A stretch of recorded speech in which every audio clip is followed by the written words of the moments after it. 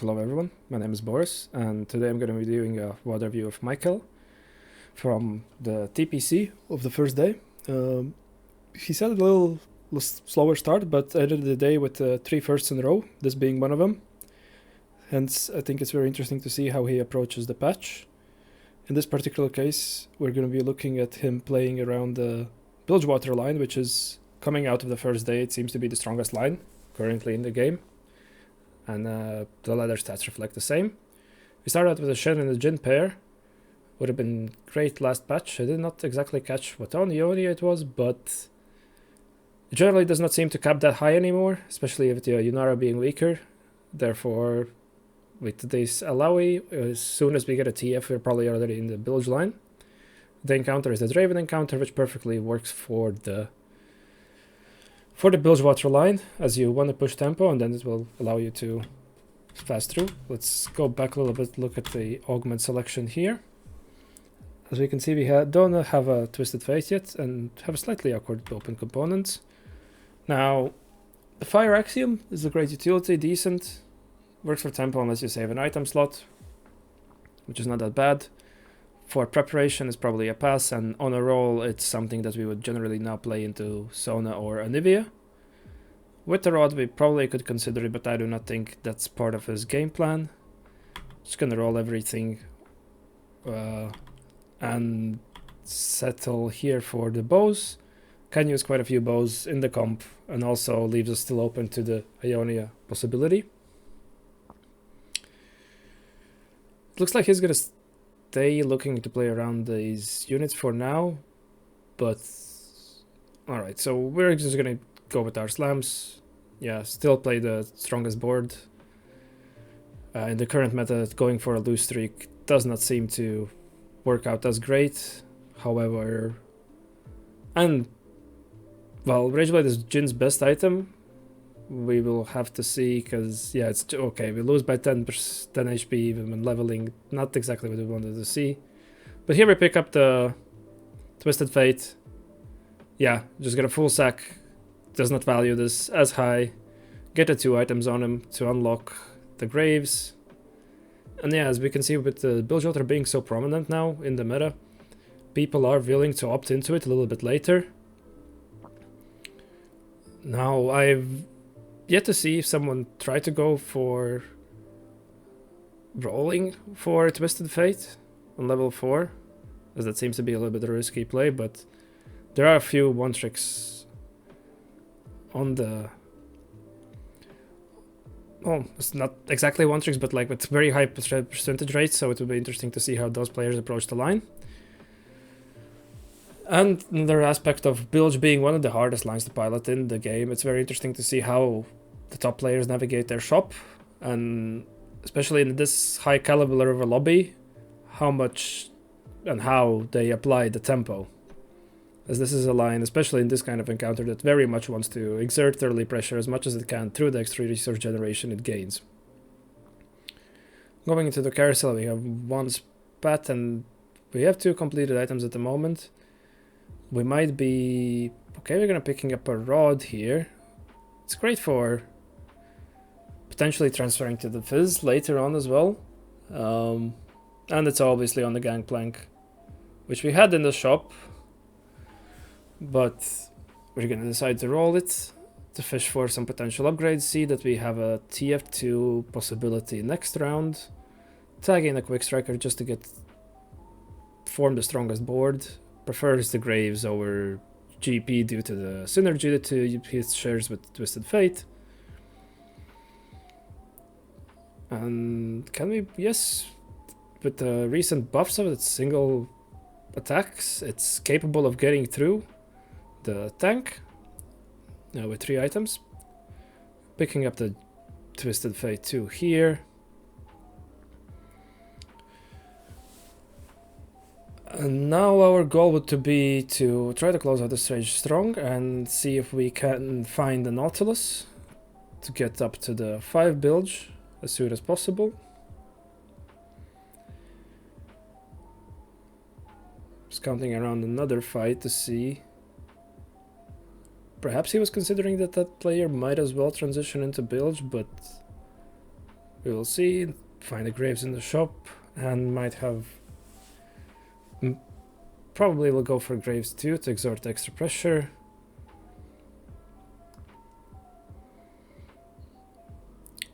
Now we have a gold orb, which drops us even more gold. And also now have an Alawi pair. Yeah, slam the JG.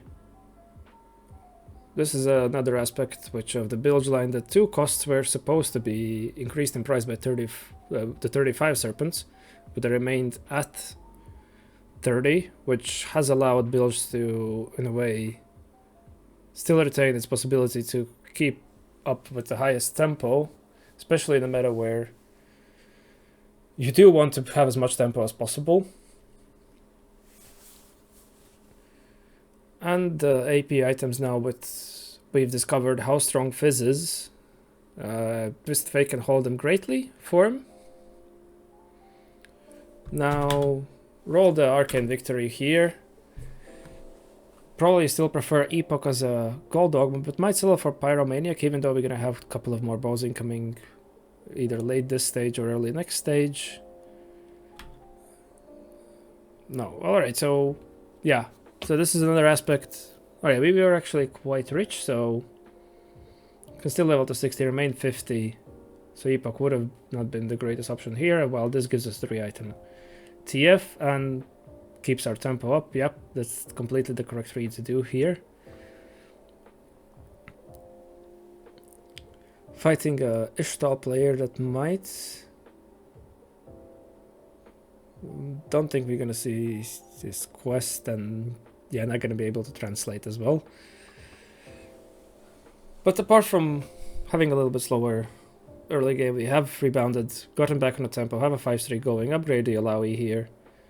Still, unfortunately, do not see a Nautilus yet. Refresh the shop, have a Naut in there. Hopefully we can pick it up by next round, and we might consider leveling up. Now queue into Lipple Overdrive, who's on a full streak with the Rek'Sai too, playing into a form of a Void line. However, but TF now, having the extra single target damage, we're able to take it down. And this is also the third item diff for sure.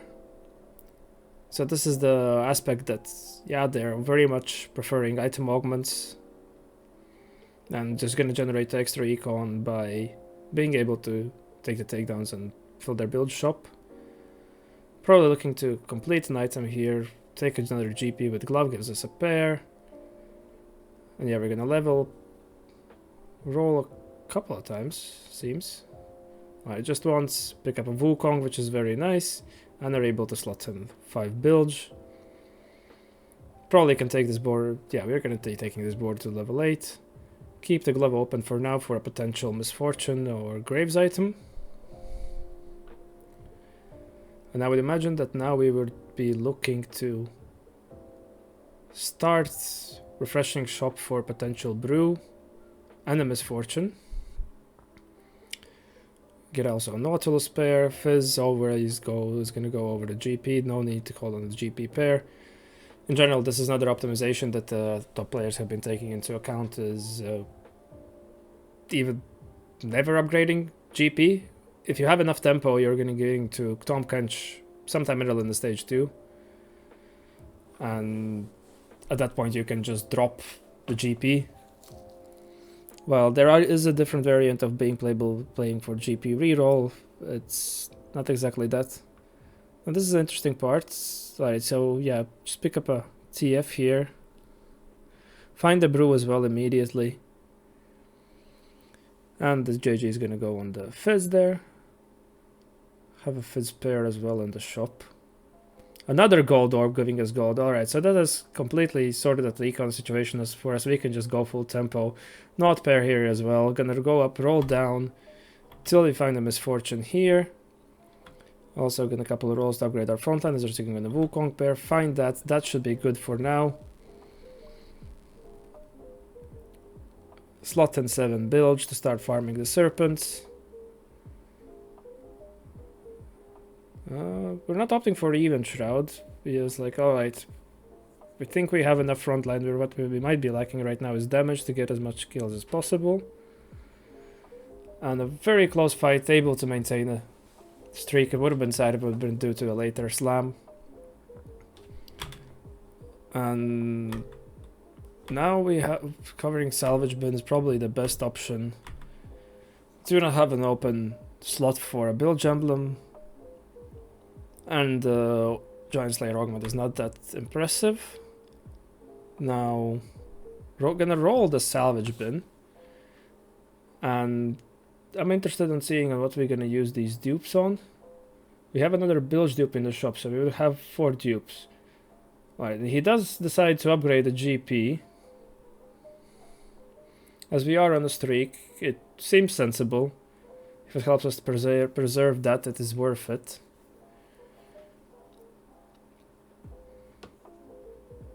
And the Heroic Grab Bag also gave us a little bit extra gold to roll for on the level 8 to see if we can potentially upgrade our board. And if we pick up this bilge dupe, we do have a TF3.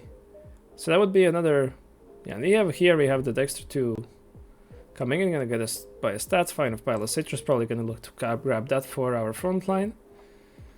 And yeah, we're just gonna rip the TF3. That way we probably might not be digging for an MF2. And slam another Rage Blade in hopes of preserving the red buff, in hopes of preserving our streak. Not exactly sure if that was the intention, as we could have possibly looked at what other possible items we could have looked at.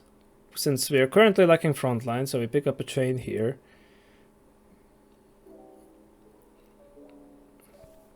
Now we have also MF2 in the shop.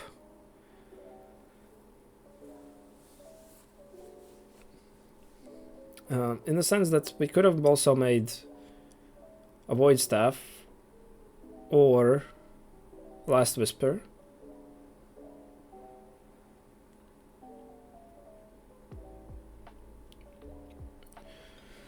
So you're fighting a Void board that has heavily rolled down on level 8. It's expected that we might start losing few fights now here, as we're still gathering serpents and looking to go make our way to 9. Start capping out. Here comes the TK in. And we opt to... Yeah, so we dropped the... As mentioned, GP here. The upgrades perhaps might have saved us some HP, but unfortunately didn't preserve our streak. Keeping the items here, still an upgraded Wukong.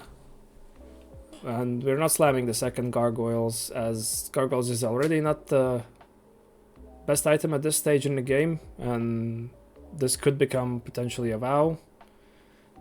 There's another item now. Yeah, we're trying to utilize the ability of this comp to just overwhelm your opponents with items through generated build shops. And since we're carrying a Twisted Fate 3, we are looking to pick up and tackle in a Kindred.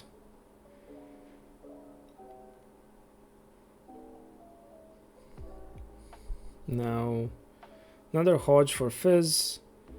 And I would assume this becomes a vow. Keep feeding our Kench, drop a vow on him.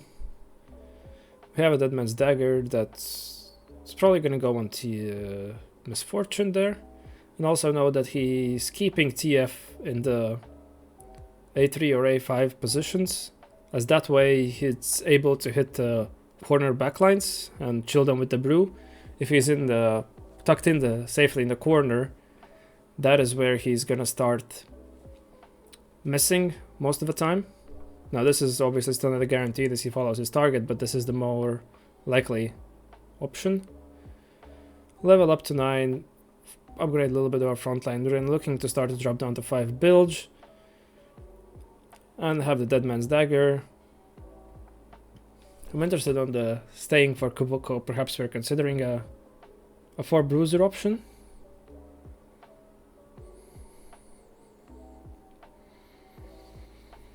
It's a close fight here, as we are starting to face more capped boards. Unlock Ziggs, we're not gonna play around that. And still aggressively using our econ to feed the Tom Kench. But at this point we might also start considering perhaps buying a little bit more of the stats. And generally, the more skimming through some of these games from yesterday, was noticed that he would prio tempo play very much. In some games it didn't succeed as much, but in others it did very much. And now we look at the lobby's HP. Through our preservation and being able to get to 9 and start capping out, we are essentially guaranteed a top 3 at least. As the rest of the lobby is very low, we're very comfortably sitting on what we have. And also, people tend to generally prioritize a little bit more of the damage items in this line, as long as they have some form of upgraded frontline. Find a Shyvana 2 here that is simply going to be a beefy body with the extra defensive aura. Unfortunately, do not have anything that we could really transition to her at the moment. Perhaps a time when we're hoping that, yeah, TK is going to be able to farm us the open component for our cloak. And yeah, this is the thing with this, particularly with this encounter. Now that people are starting to die, we're getting more and more gold. We're able to cap our boards even higher and higher. Toggle down to 3 bilge to start buying a little bit more of the stats on the cheaper side.